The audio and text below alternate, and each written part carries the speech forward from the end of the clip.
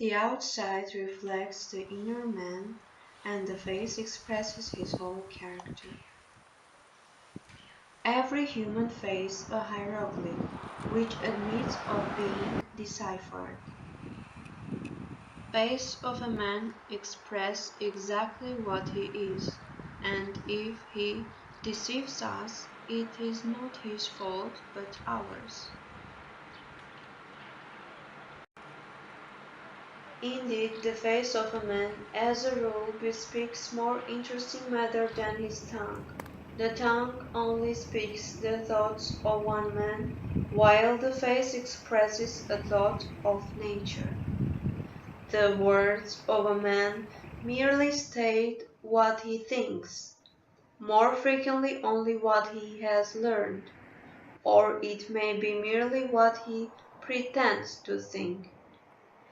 When we speak to him, our attention is taken away from his real physiognomy. A man must be looked at from a purely objective point of view.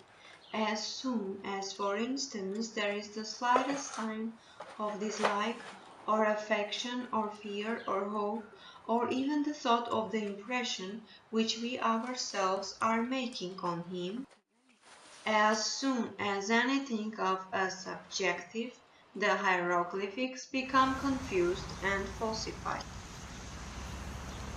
First impression is as a rule extremely disagreeable, but how little there is in the majority of faces, with the exception of those that are beautiful, good-natured, and intellectual, that is the very few and exceptional.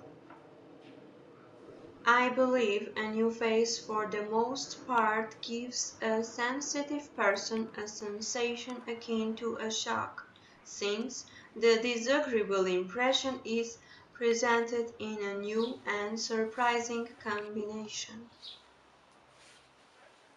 Concerning our physiognomy in general, it is still to be observed that it is much easier to discover the intellectual capabilities of a man than his moral character. As a rule, it is indeed a sorry sight.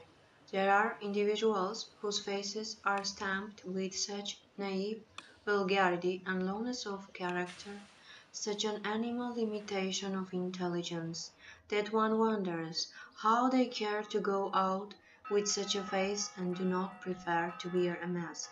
Nay, there are faces a mere glance at which makes one feel contaminated. One cannot therefore blame people who are in a position to do so, if they seek solitude and escape the painful sensation of seeing new faces. If anyone will be content with a psychological explanation, let him ask himself what kind of physiognomy can be expected in those whose minds their whole life long have scarcely ever entertained anything but petty, mean, and miserable thoughts, vulgar, selfish, jealous, wicked, and spiteful desires. Each one these thoughts and desires has left its impress on the face for the length of time it existed.